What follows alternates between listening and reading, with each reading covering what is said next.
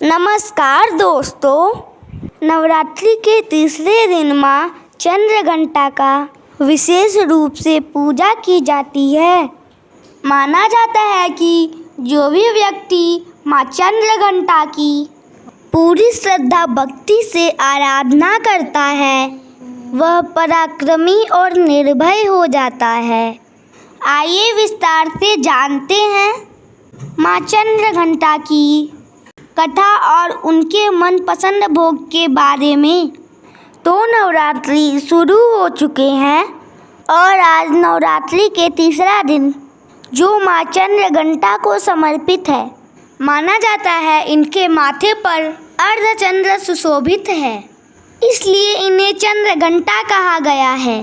साथ ही माँ चंद्रघंटा की पूजा अर्चना करने पर हर तरह के भय से मुक्ति मिलती है।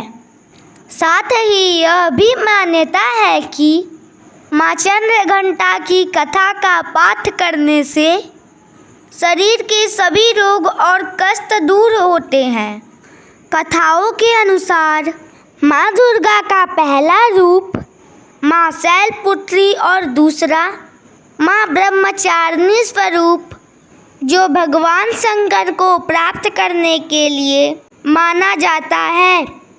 जब माँ ब्रह्मचारिणी भगवान शंकर को पति रूप में प्राप्त कर लेती हैं तब वह आदि शक्ति के रूप में प्रकट होती हैं और चंद्रघंटा बन जाती हैं।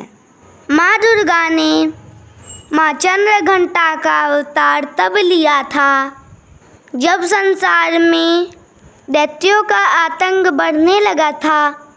साथ ही उस समय महिषासुर का भयंकर युद्ध देवताओं से चल रहा था। महिषासुर देवराज इंद्र का सिंहासन प्राप्त करना चाहता था।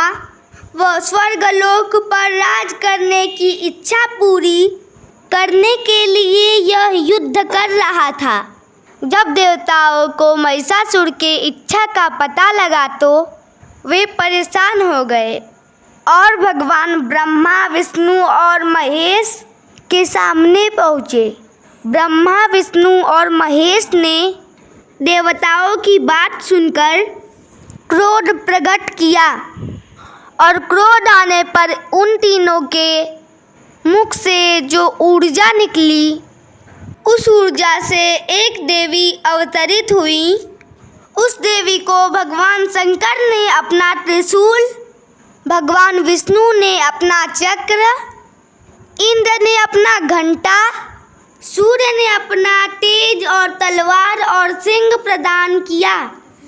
इसके बाद माँ चंद्रघंटा ने महिषासुर का वध कर देवताओं की रक्षा की। इस तरह से ये कथा समाप्त हुई। आइए जानते हैं माँ चंद्रघंटा का पसंदीदा भोग क्या है। नवरात्रि में माँ दुर्गा के नव रूपों को अलग अलग तरह के भोग चढ़ाए जाते हैं। माना जाता है माँ चंद्रघंटा को खीर बहुत पसंद है, इसलिए माँ को केसर या साबूदाने की खीर का भोग लगा सकते हैं। पंचामृत मिश्रण इन सभी 5 गुणों का प्रतीक है। पंचामृत दूध, दही, घी, शहद और गंगा जल का मिश्रण होता है। यह माँ चंद्रघंटा को अत्यंत प्रिय है। यह मिश्रण 5 पवित्र पदार्थ से बना होता है, जिनमें से प्रत्येक का अपना महत्व है। दूध को शुद्धता और पोषण का भी प्रतीक माना जाता है, इसलिए आप माँ चंद्रघंटा को कच्चा दूध भी चढ़ा सकते हैं।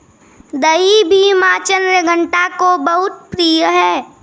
आप दही को सादा या फिर फलों के साथ मिलाकर भी चढ़ा सकते हैं।